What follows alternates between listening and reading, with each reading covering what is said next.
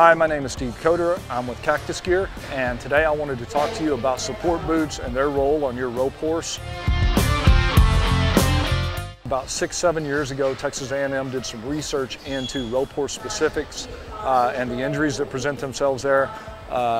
More really about the head horse than the heel horse. The head horse gets injured more than the heel horse. And they were looking into why that happened, where it happened, and what they found was that typically it is the suspensory ligaments that get injured, and that injury happens more on the face move than at any other time.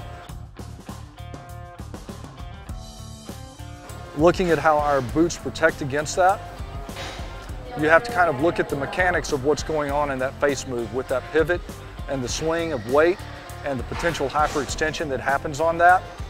When you look at the way that the ankle, if you will, drops down on that pivot move as they swing through that pivot on the face, that hyperextension happens. Protecting against that with a good boot with a proper support of those suspensory reduces that opportunity for that hyperextension to happen and allows that protection also as that leg travels around. A lot of horses have a tendency to hit or clip as that face happens.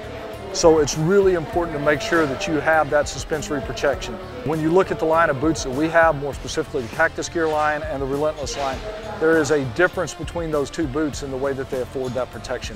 The first being the Cactus Gear, which goes deeper down on the distal pastern and wraps back up. It provides a broader coverage area on that leg. This is the Cactus Gear boot, and you can see how it engages down with the bell boot, which gives a total protection back there for a horse that overreaches or maybe a horse that needs a little bit more support. That's the difference when I talk about the sling strap and where it goes on the pastern. The Relentless boot that is a little bit shallower on that pastern and allows for a little bit more freedom of movement in there. Here you see a set of Relentless boots. You can see the gap between the bell boot and the actual support boot itself. It really depends on your horse, and as you gauge that on your head horse, you need to look at the depth of pastern. When you look at the depth of pastern, look at from the top of the bulbs all the way up to the top of the pastern, the middle of the joint, and look at what that distance is. If that's a great distance or a greater distance there, you're probably better off with a Cactus Gear boot. If that is a shorter distance, you can get by with the Relentless boot. And I say that because the Relentless boot is made not to engage with the bell boot, which means that there is spacing between those two. And that's kind of really an overview of what you need to look at when it comes to finding the proper boot that fits your horse for the job that you need done.